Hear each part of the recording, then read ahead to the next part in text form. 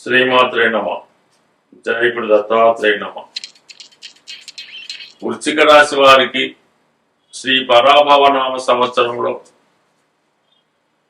వివాహం కొరకు ఎదురు చూస్తున్నటువంటి యువతీ యువకులకు ఏ సమయంలో వివాహం జరిగే అవకాశం ఉన్నది అని పరిశీలించే ప్రయత్నంలో మరి వృశ్చిక రాశి వారికి సప్తమ భావం అయినటువంటి వృషభ రాశి పైన శని యొక్క దృష్టి పడుతుంది. అంటే 5వ స్థానంలో ఉన్నటువంటి శని సప్తమాన్ని వీక్షించడం వల్ల ఈ వివాహ ప్రయత్నాలు చాలా ఆలస్యం అవడం జరుగుతుంది. మీరు గమనించినట్లయితే మరి వివాహం కుదిరినా కూడా కొంతమందికి సరైనటువంటి వివాహం పెళ్లి దాకా వెళ్ళకపోవడం, మధ్యలో ఆగిపోవడం, నిశ్చితార్థం దాకా వచ్చి మిస్ అవ్వడం జరుగుతుంది.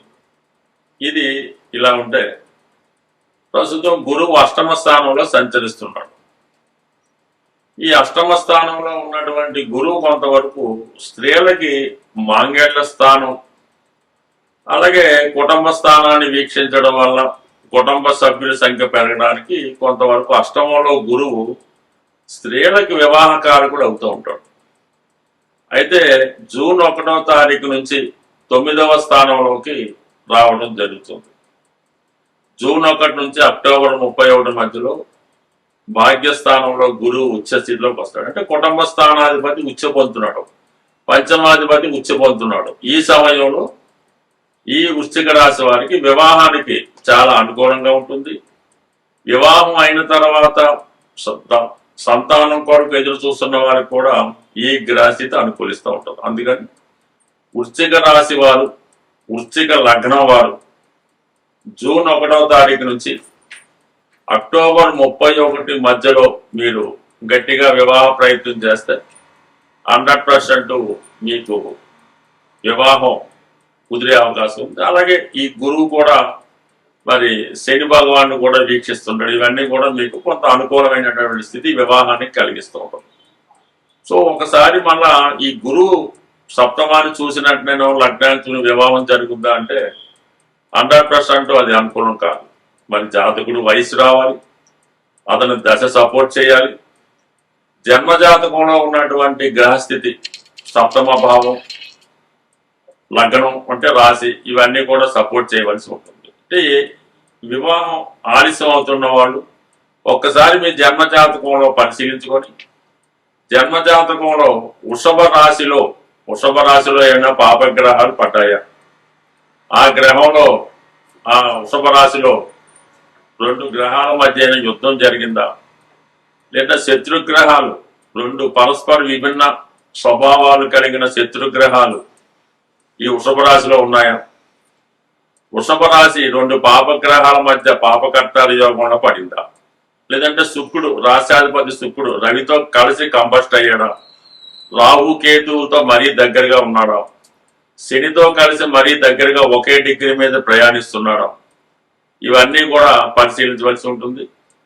అలాగే వృశ్చిక రాశ్యాధిపతి కుజుడు, అలాగే స్త్రీల జాతకంలో భర్త కారణం కుజుడు కూడా బలహీన స్థితిలో ఉన్నాడా, శత్రుస్థానంలో ఉన్నాడా, నీచపడి ఉన్నాడా, లేదంటే కుజుడు పాపగ్రహాల మధ్య పడి ఉన్నాడా, లేదంటే 2-3 పాపగ్రహాలతో కలిసి ఉన్నాడా, ఇవన్నీ కూడా పరిశీలించవలసి ఉంటుంది.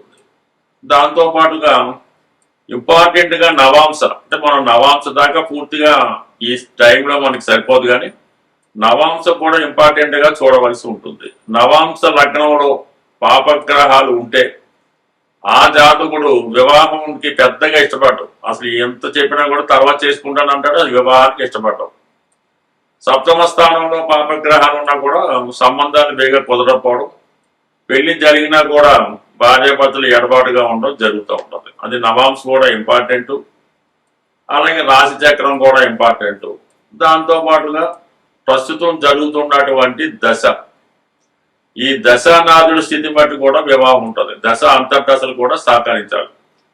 మరి వృశ్చిక రాశి వారికి విశాఖ నక్షత్రం 4వ పాదం ఉంటుంది. అంటే గురు దశలో పుడతారు, అది 4 సంవత్సరాలు అనుకుందాం.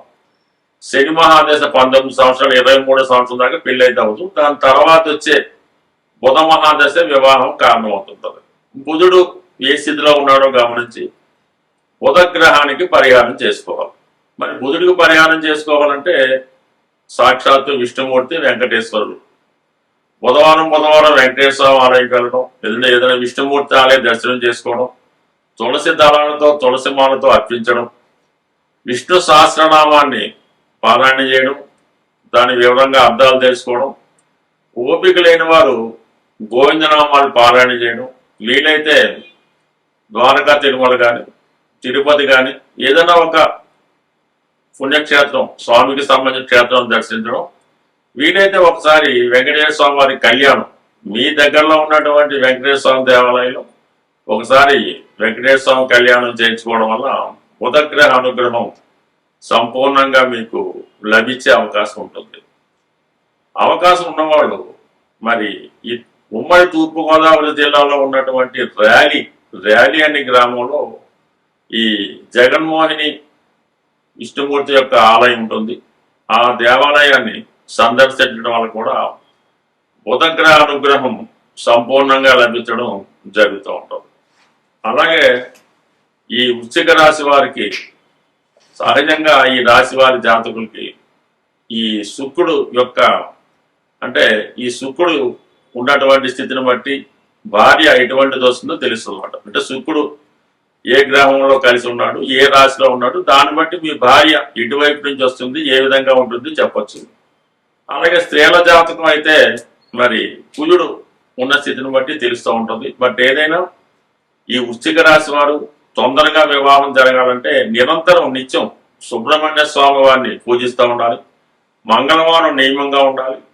అలాగే స్త్రీలు ఈ సౌభాగ్యం కొరకు కానీ సంతానం కొరకు కానీ కంప్లీట్గా మంగళవారం నియమం పాటించడం వల్ల వృశ్చిక రాశిలో ఉన్నటువంటి స్త్రీలకి అటు అత్తవారి నుంచి వచ్చే ఇబ్బందులు, భర్త గారి నుంచి వచ్చే ఇబ్బందులు కూడా అనుకూలంగా ఉండి ప్రధానంగా ఈ వృశ్చిక రాశి వారికి వేధిస్తున్నటువంటి ఈ అనారోగ్య సమస్యలు, గర్భానికి సంబంధించినటువంటి అనారోగ్య సమస్యలు కూడా సాల్వ్ అయ్యే అవకాశం ఉంటుంది. స్వస్తి.